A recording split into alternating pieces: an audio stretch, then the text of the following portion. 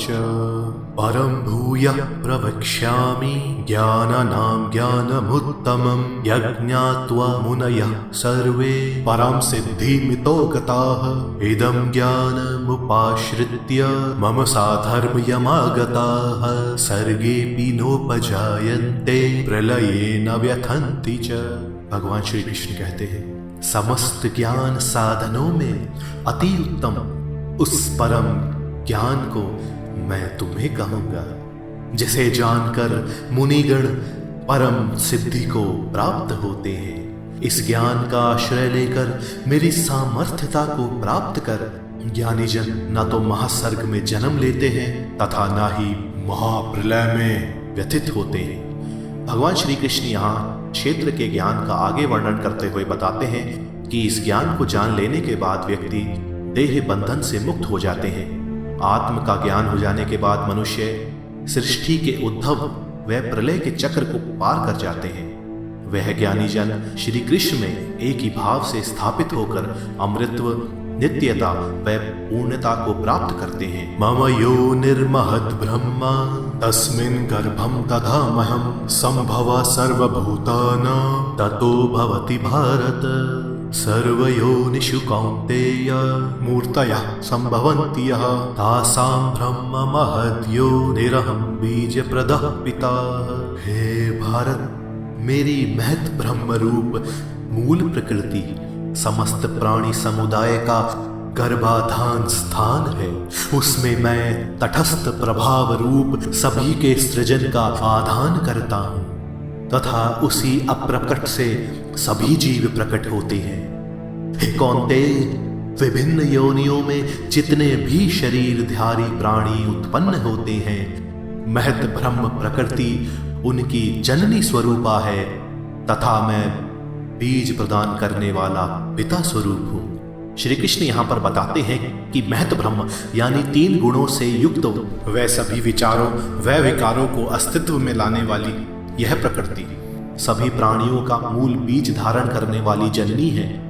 इसी मूल प्रकृति के साथ चेतना रूप बीज प्रदान करने वाले श्री कृष्ण हैं। वे ही इस जगत के पिता हैं। सत्वं रजस्तम इति गुणाः प्रकृति संभवाः निबध्नन्ति महाबाहो देहे देहिनमव्ययम् तत्र सत्वं निर्मलत्वात् प्रकाशकमनामयम् सुखसंगेन बध्नाति ज्ञानसंगेन चानघा रजोरागात्मकं विद्धि तृष्णासंगसमुद्भवं तन्निबध्नाति कौन्तेय कर्मसंगेन देहिनम् तमस्तज्ञानजं विद्धि मोहनं सर्वदेहिनां प्रमादालस्य निद्राभिस्तन्निबध्नाति भारत सत्वं सुखे संजयति रजः कर्मणि भारत ज्ञानमावृत्य तु तमः प्रमादे संजयत्युता।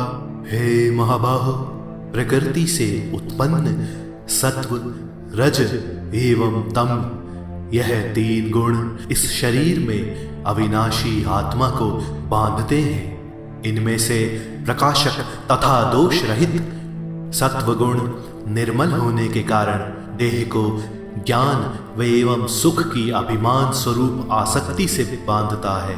रागात्मक स्वभाव वाला रजोगुण तृष्णा एवं आसक्ति का स्रोत है।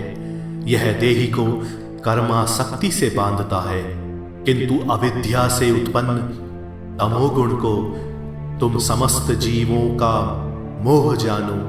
वह प्रमाद, आलस्य एवं निद्रा द्वारा देही को आबद्ध करता है। हे भारत, सत्वगुण सुख से, रजोगुण कर्मों से तथा तमोगुण ज्ञान को आवृत कर प्रमाद से मनुष्य पर विजय पाते हैं। भगवान श्री कृष्ण यहाँ पर बताते हैं कि मूल प्रकृति से त्रिगुण यानी सत, रज एवं तम उत्पन्न होते हैं। यह 3 गुण ही अविनाशी आत्मा को नश्वर शरीर वह संसार के साथ बांधते हैं। आगे श्री कृष्ण बताते हैं कि रजस एवं तम की अपेक्षा सत्व गुण निर्मल है। यह ही ज्ञान मार्ग की ओर ले जाता है। परंतु इसी ज्ञान के अभिमान स्वरूप व्यक्ति सुख एवं ज्ञान की आसक्ति से बंधता है। रजोगुण आकांक्षा एवं गतिशीलता का प्रतीक है। यह व्यक्ति को असंतुष्टि, लोभी एवं व्याकुल बनाता है। रजोगुण में व्यक्ति कर्म एवं कर्म फल की प्राप्ति की आसक्ति से बंधा रहता है। तमोगुण अज्ञान एवं मोह से उत्पन्न होता है। यह मनुष्य को कर्तव्य कर्मों से दूर रखता है तथा प्रमाद, आलस्य व निद्रा से बांधता है। रजस्तमश्च विभूय सत्वं भवति भारत, रजसत्वं तमश्चैव तमः सत्वं रजस्तथा। सर्वद्वारेषु देहेऽस्मिन् प्रकाश उपजायते, ज्ञानं यदा तदा विद्यात् विवृद्धं सत्वमित्युत। लोभः प्रवृत्तिरारम्भः कर्मणामशमः स्पृहा, रजस्येतानि जायन्ते विवृद्धे भरतर्षभ। अप्रकाशो प्रवृत्तिश्च प्रमादो मोह एव च, तमस्येतानि जायन्ते विवृद्धे कुरु नन्दन। हे भारत, रजोगुण एवं तमोगुण को पराभूत कर अंतःकरण एवं इंद्रियों में चेतना व विवेक शक्ति उत्पन्न होती है अथवा सत्व गुण की प्रधानता होती है।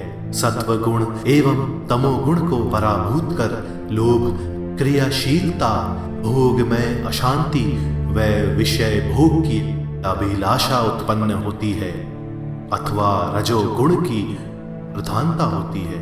हे गुरुनंदन, सत्वगुण एवं रजोगुण को पराभूत कर अविवेक, निष्क्रियता, मोह एवं प्रमाद उत्पन्न होता है अथवा तमोगुण की प्रधानता होती है। श्री कृष्ण यहाँ पर बताते हैं कि जब एक गुण अन्य दो गुणों को दबाकर प्रभुता को प्राप्त होता है तब वह अपना प्रभाव दर्शाता है। जब तमस एवं रजस को दबाकर सत्व मनुष्य पर विजय करता है तब ज्ञान व विवेक की प्राप्ति होती है।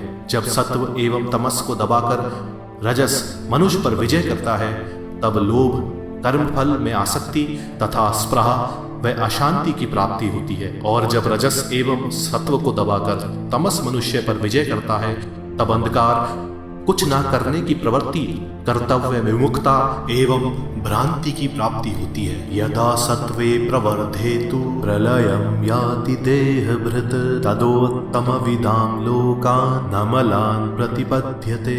रजसि प्रलयं गत्वा कर्म संगिषु जायते, प्रथा प्रलीनस्तमसि मूढयोनिषु जायते। कर्मणः सुकृतस्याहुः सात्विकं निर्मलं फलं, रजसस्तु फलं दुःखम् अज्ञानं तमसः फलम्। सत्व की प्रवृत्ति काल में देह त्यागने वाले जीव ब्रह्मलोक आदि विशुद्ध लोकों को प्राप्त करते हैं। रजस की प्रवृत्ति काल में देह त्यागने वाले जीव कर्मों में आसक्त मनुष्यों के बीच जन्म लेता है तथा तमस के प्रवृत्ति काल में देह त्यागने वाले जीव पशु आदि मूढ़ योनियों में जन्म लेता है।